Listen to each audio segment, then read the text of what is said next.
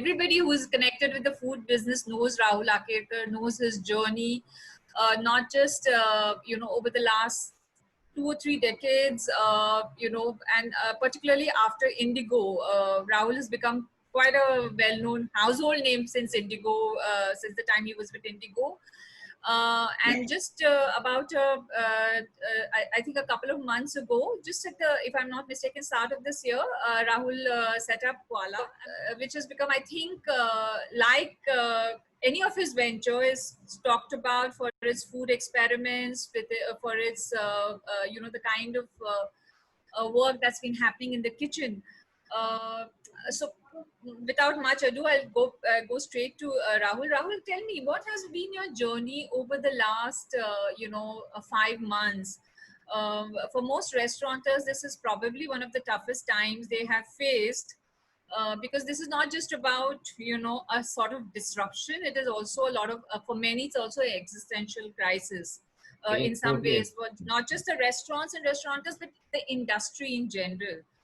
So before I get on to talking about the industry, can you tell me what the last 5 months has been like for you personally, for your restaurant, and as somebody who a lot of people look up to in the business, and probably approach for some sort of advice and guidance? What has the last 5 months been like?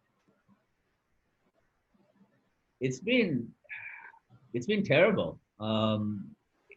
In a word, it's very tough, especially for restaurants like ours, which are in the sort of, I wouldn't say fine dine, but certainly in more refined dining space. Yeah. But I think it's hard for everyone. We've been in lockdown. There's no business. It's been 6 months now. There's been no support from the government, or barely anything anyway, anything to really speak about. And, if you didn't have reserves, you have no cash flow, and you have no way to, one, pay your people. People are carrying forward, debt and payables from before lockdown. Your vendors and such, who you have on credit, let's say 40 days, 35 days, whatever it is, credit periods. And then you suddenly come into lockdown, because this is all about our business is a cash flow management business, really. You kind of work for 6 months to generate money for the next 6 months, because it's a seasonal business too. So from, around April, let's say April, May, when the monsoon starts, when summers start and then the monsoons kick in, that's our slow season, and that runs for about 5 months or so, and then things start picking up around Dasera, Diwali, that period, and then you earn going forward to cover your negative cash flows if you were during the earlier months. The fact is, we've had no cash flow right now, and so it's really tough. I mean, a lot of our staff left, went home. We started doing deliveries at the end of May, the last couple of days of May. So we've been doing it now for 3 months, June, July, August. And quite frankly, deliveries help, but really what they serve is to provide some employment, some money for our employees, really. We're able to sort of keep the cash flow moving a little bit to pay off some of the vendors, but it's really going hand to mouth. It's what you earn. It's not enough. It's also to basically keep your premises operational, keep it in use, because any place that's not used tends to fall apart slowly. It tends to corrode, and well, I mean, it just basically goes inert, right? Absolutely. So you want to keep your physical space moving and alive from that point of view. But I haven't paid rent since March. I can't. I can't afford it. In fact, the rent is more than the turnover we're doing from doing deliveries, okay, alone. So for dine-in restaurants to pivot and do some delivery right now, while it helps, it's non-sustainable. It's not the same. Yeah. And to itself, it's not sustainable at all. Um, then then you run the whole thing about where you don't have clear direction from a government. You don't know when you're going to open, how you're going to open. It's kind of all up in the air. But that's really worrisome, because if someone like you cannot pay rent for somebody who's much smaller, on a smaller scale, or it doesn't have that kind of backing, or does not have that kind of it could possibly be how much has is there an estimate about how many restaurants will actually not open up? I mean, ever. Well, people are throwing numbers around, but if you look at what's happened overseas, I mean, I think in New York you have some absurd figure like 50% of restaurants are 40. I think it's between 40 and 60% of restaurants are not reopening. Not reopening. Um, I think the same thing's going to happen here. Don't for a minute think it's not going to happen here. I mean, I am seriously evaluating on a day-to-day basis whether I can reopen Qualia. Okay, because the problem is we are now in what are we? We're in September or so, right? We're coming Yes, yeah, into September absolutely. where we have just started September. There's no, there's no real sense of when lockdown is going to end. It may end in October, and it may not. We are now just starting to. Thank you. We are now starting to get into, our COVID sort of peak right now. We're just starting to come into it.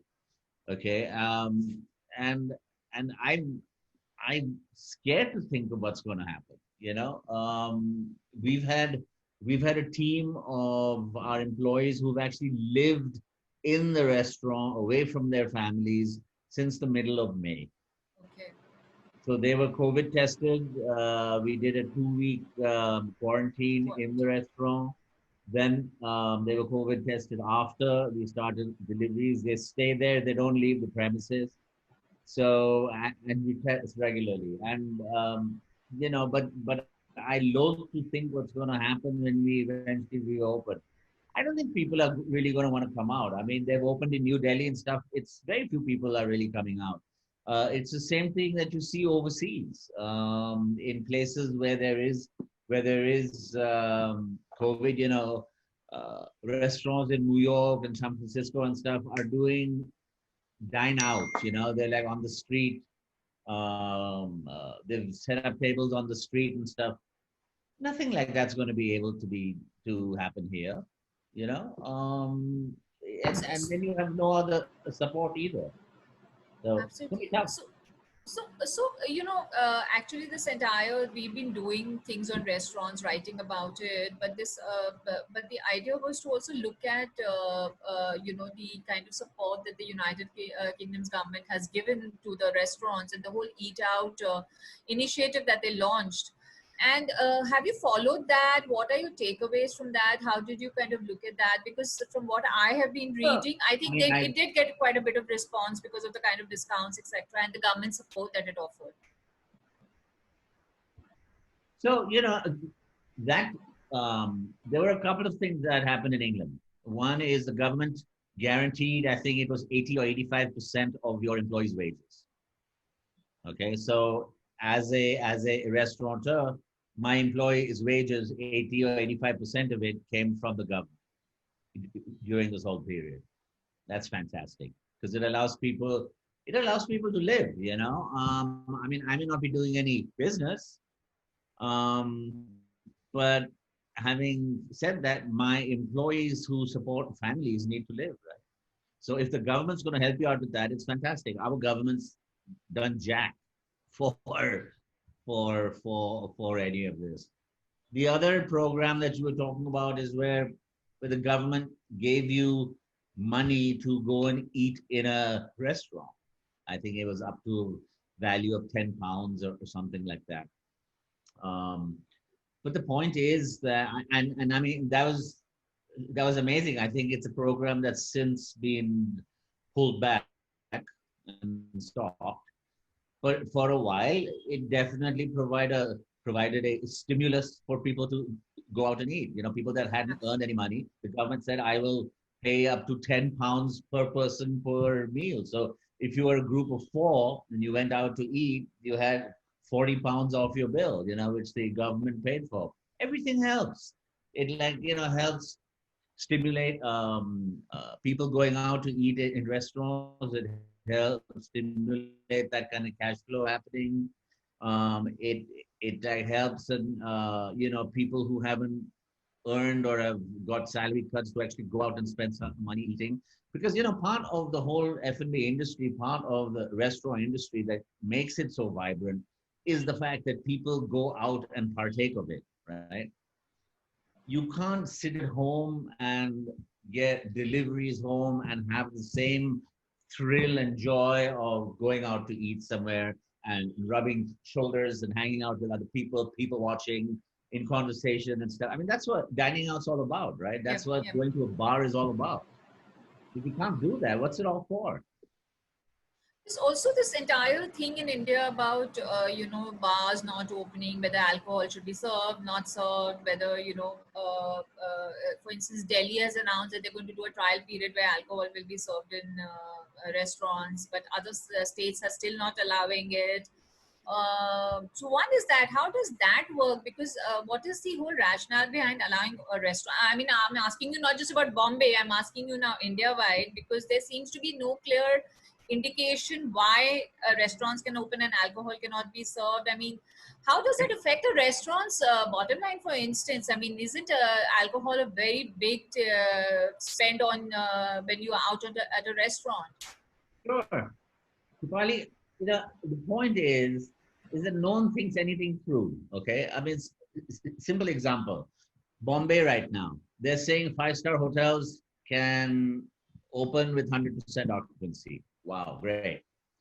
Um, Restaurants in five-star hotels can operate no problem, but standalone restaurants can't. Why?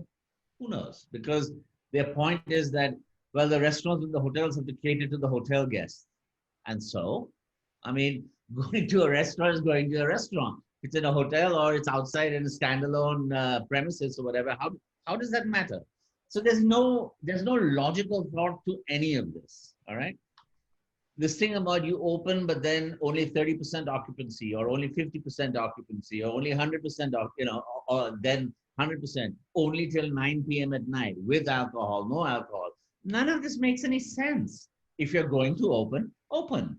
How does it matter how you're opening? Or I mean, if your license allows you to serve till 1:30 at night, then serve till 1:30. I mean, Absolutely. if you're allowed to do it. Yes, you can say that you need to maintain certain social distancing norms. You need 6 feet between people or between tables or whatever. Do that. But then don't restrict over and above that. Restaurants will like find their sweet spot. Okay. But to say you can only be 30% occupied, what does that even mean? Okay.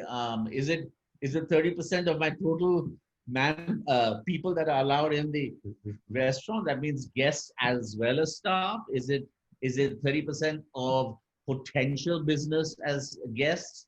It doesn't mean anything. Just say open, but you got to maintain social distancing and you work during your license Whatever time. the timing is Whatever on the the timings license. are. Yeah, How should yeah, that? I mean, if you have a beer or not, how does that affect your absolutely. your your COVID contagion? It doesn't. Yeah, Okay. I mean, this is all. I'm sorry, but it's all bullshit, yeah, and it's absolutely. not doing anything to help the industry. There's also this entire thing about states having different policies. So, for instance, while Delhi being as bad as Bombay has opened up, Bombay has not opened up, Mumbai has not opened up, Bangalore has a different policy. Though my conversations with restaurateurs tell me that, the F&B industry or the restaurant industry is actually a safe subject. So, every state is taking its own call on it. Where do you think this can be synergized? I mean, while I understand that overnight change can't happen, But what would an F&B industry expect, or the restaurant industry expect from the government in situations like that, where there is no every state has its own policy? No, it is okay. I understand why every state has its own policy. Okay, it's because perhaps the the rate of the spread of COVID in each state or in each city is different from other places depending on population densities and things along those lines. Right? Of course. I can understand why Mumbai, for example, has a much greater, you know, contagion spread, then let's say a place like Lonavala, which is quite thinly populated Yeah, yeah, comparatively, yeah. right? So states are going to, depending on their ability to, I think, cope with the problem medically, depending on the infrastructure that they as a state and as the cities and towns in those states have. I think the powers that be, so to speak, are taking calls on how much longer to lock down or what to allow and what not to allow. Um, Having said that, I'm a little personally, I'm a little skeptical about the veracity of reporting that happens in this country. Okay, in other words, are the amount of COVID cases that are being reported accurate? Because clearly, the amount of positives is directly a function of the amount of testing that is done. So if no testing is done, you just have no way of knowing whether people are sick. People die. There are very few postmortems done. So you don't know if they died from COVID or they died from anything else. So it's all a function of these various touch points, of like how much transparency there is. So it's very hard to tell. And I mean, I'm willing to wager, as there are tons of articles. In fact, I just read a New York Times article today about really how bad it is in this country, and the fact that no one really knows just how bad it is. I mean, How bad? they're talking about reporting 80,000 cases, 80,000 new cases a day now. Right Uh, now they're reporting, and those must be underreported. I'm 100% sure. exactly, exactly. So but then you have to weigh all of this against the economy also. You have to weigh all of this against just getting on with life. You can't be sequestered for the rest of your life. You have to, at some point, say, fine, go forth and face it. It's the only thing you can do. They're saying that in India, for some reason, while people are getting infected, we are tremendously asymptomatic. Okay, in this country, I don't know if that's accurate or not, but it seems maybe we here have greater immunity To to the virus, these we live with it. So contagions. many things every day. I don't know.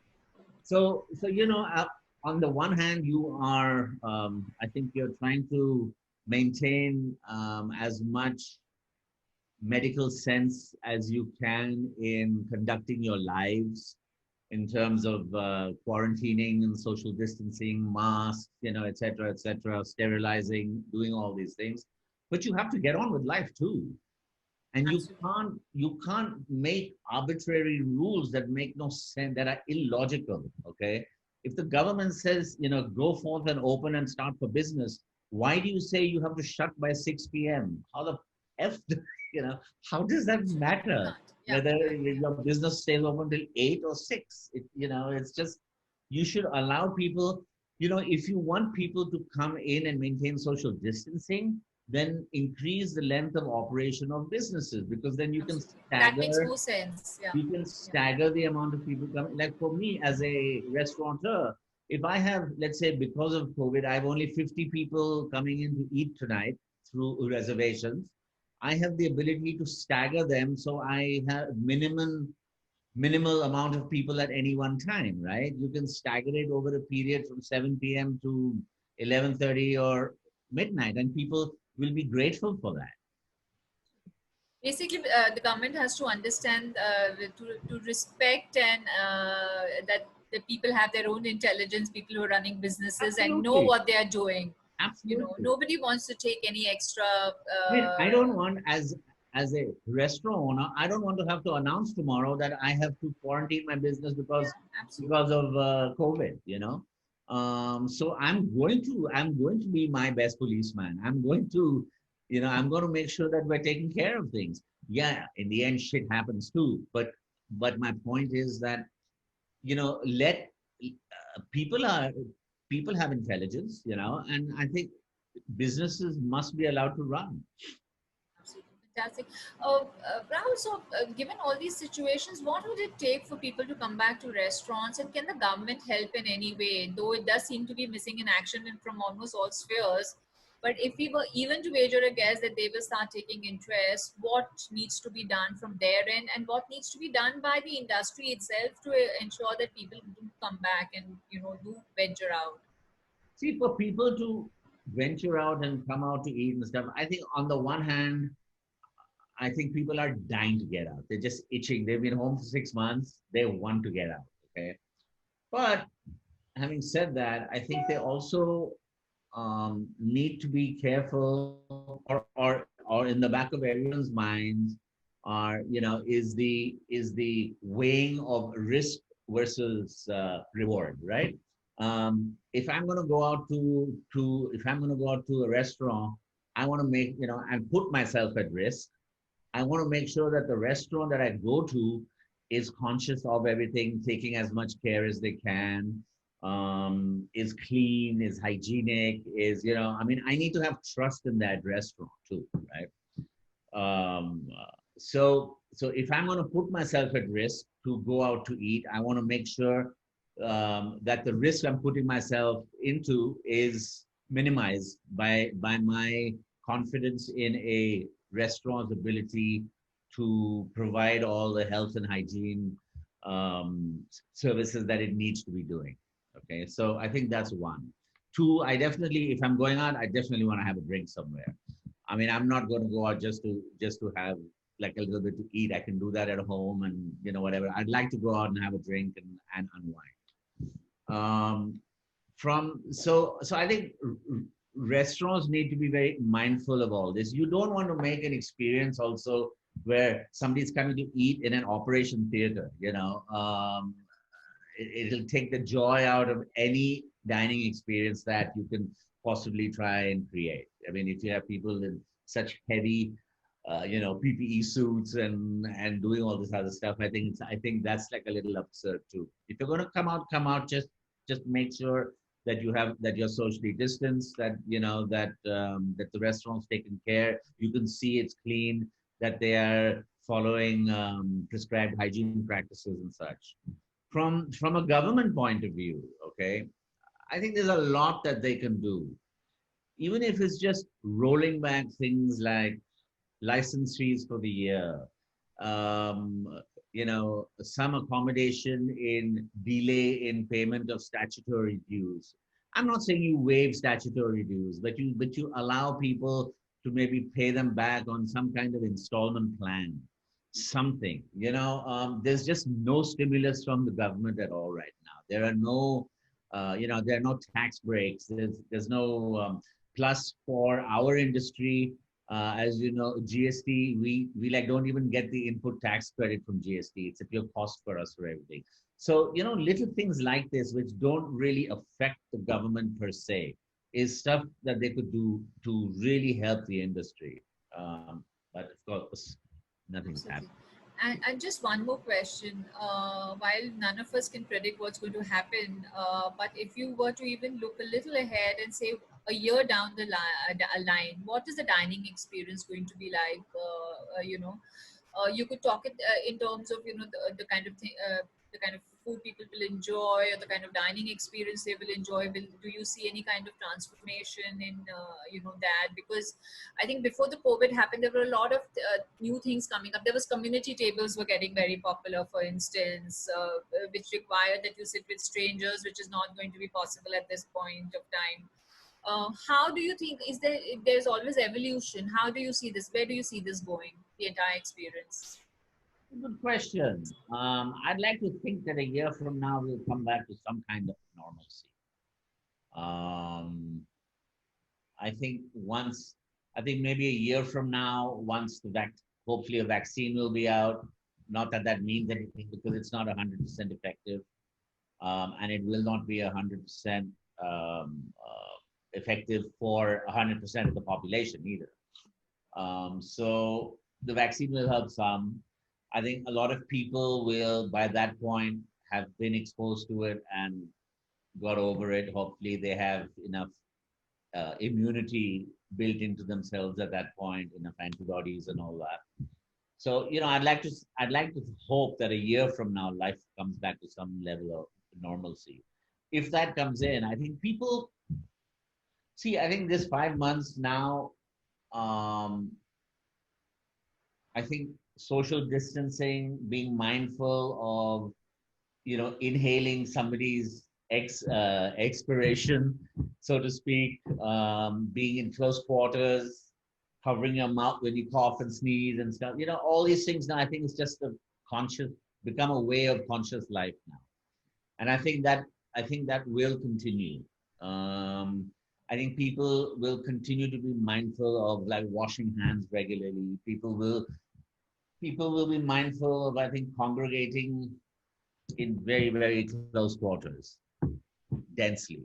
And I think that will change. But at the same time, as they talk about today, they talk about bubbles. I think you will tend to spend time with your own, so to speak. People that to be or hopefully know to be safe from COVID, and who have maintained what they need to have maintained all this time, so that you can interact with them, right? So yeah, I don't see too much else changing. I think the kind of food, nobody cares as long as it's good quality. As I said, I think it'll slowly bounce back. You will really be mindful about hygiene and cleanliness of restaurants, I think. And it'll be incumbent on them to really make sure that they live up to it too, for the customers' sake. But that's about it. I mean, I think other than that, everything's going to bounce back and come back to normal.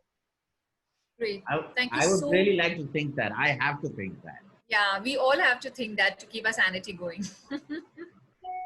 Thank you. Thank you so much, Rahul, for joining us today. Thank you for all your Thank you time and for the thank you conversation. for having me. Super. Thank you. Bye.